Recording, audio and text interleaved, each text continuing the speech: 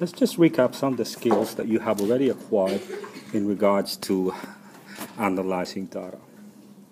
First one is the mode. Basically, the mode is just the most common score or category. The median tells us exactly what the middle value is when the numbers are placed in order. The mean is just the sum of all scores divided by the number of scores. The mean is normally affected by outliers, meaning a number that's either too small or too big.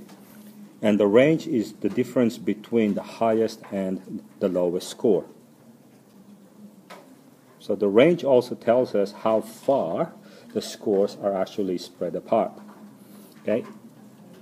Let's just look at some of the graphs that we have created in the past few lessons. Okay? We have created a frequency table. With the frequency table, you have the possible score, or x, and the frequency, f. We've also looked at or created histograms. Okay, and the histograms are pretty much representing the scores or the frequency based on each score. We've also created a frequency polygon. And with our graph, we could also tell from the graph whether the sample data is symmetrical, and that's what it looks like. So a symmetrical data, there you go.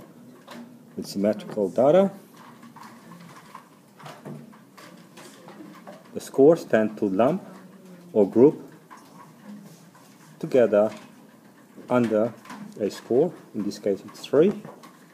We could also have a skewed data, where it could either be positively skewed or... Okay, so the group of data could be either positively skewed or negatively skewed. So usually we use all these skills to roughly predict what a population would be. Just to explain that further, let's have a look at this example here. So in this example here, there's the case study. There are 153 students who did a 10-question multiple choice question. Okay, and we took a random sample. Okay, it has to be a random sample of 42 results. And the frequency table shows us those scores.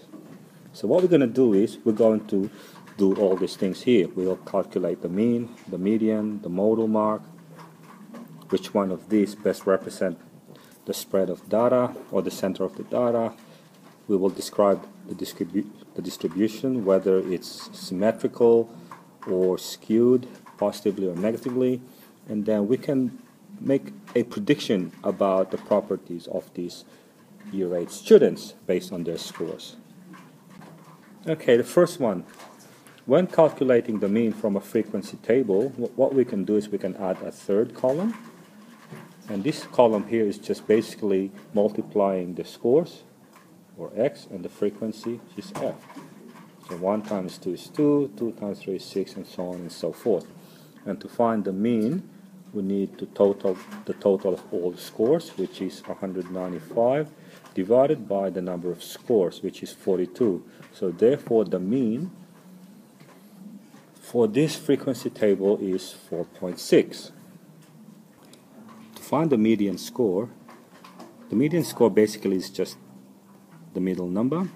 So therefore, to find the middle spot or position, remember the formula, n plus 1 divided by 2, where n is the total number of scores. So in this case, there are 42 scores plus 1 divided by 2. So the middle score is the average of the 21st and the 22nd score. But looking at the frequency table here, it's actually quite difficult to find out where the 21st and the 22nd score, unless we create a third column called cumulative frequency. So how do we create how do we add this cumulative frequency table? Well, basically it's just the sum of the current frequency plus the previous frequency. So therefore, the first one would just be 2. The second one would be 2 plus 3 equals 5. Third one would be 5 plus 6 equals 11, and so on and so forth. So looking at the cumulative frequency table, we know that the score is between the 21st and the 22nd scores, which is in this column here, or this row. So therefore, the median score is 5. And also, looking at the frequency table here, we can see that the most popular number, or the mode, is 11. The next step then is to look at the result for the mean, median, and mode. And if we look at them, the mean is 4.6, the median is 5, the mode is 5. They're all very close to each other. So we can say that this measure of spread, or center, is pretty good.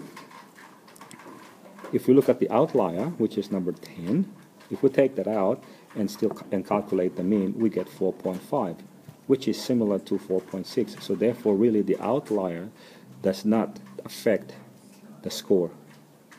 So in conclusion, what we could say is that the mean, median, or mode could be used as a measure of the center of the data for this example. Then we look at the symmetry of the data, whether it is symmetrical or is skewed towards the upper or lower end of the scores. So if the data is clustered towards the lower end of the score, then we could say that that is positively skewed, and vice versa. If it's concentrated towards the higher end of the scores, then we could say that it is negatively skewed, which is the case for this example here. Now, the results that we've got, I would say, reflect the whole population. Why? Number one, because the sample is random, and number two, we have sufficient size. And also what we could say is that an outlier of 10 tells us that there will be a handful of students that will get the full marks. And looking at our data, we could see that at least half the student population passed the test, or got 25 out of 50. So in conclusion, the mean is simply the sum of all the scores divided by the number of score, or the average. The median is the middle score of the data set. And this data set has to be arranged in order. The mode is the most common score or category, that's the case. And the range is just the highest minus the lowest score. And this gives us the spread of the scores. Then you need to make a decision whether which is the best measure, which is the best measure of center that represents your population. Then make a statement whether the distribution is symmetrical, negatively, or positively skewed. And then you need to look at whether we have taken enough sample from a population and they are selected randomly.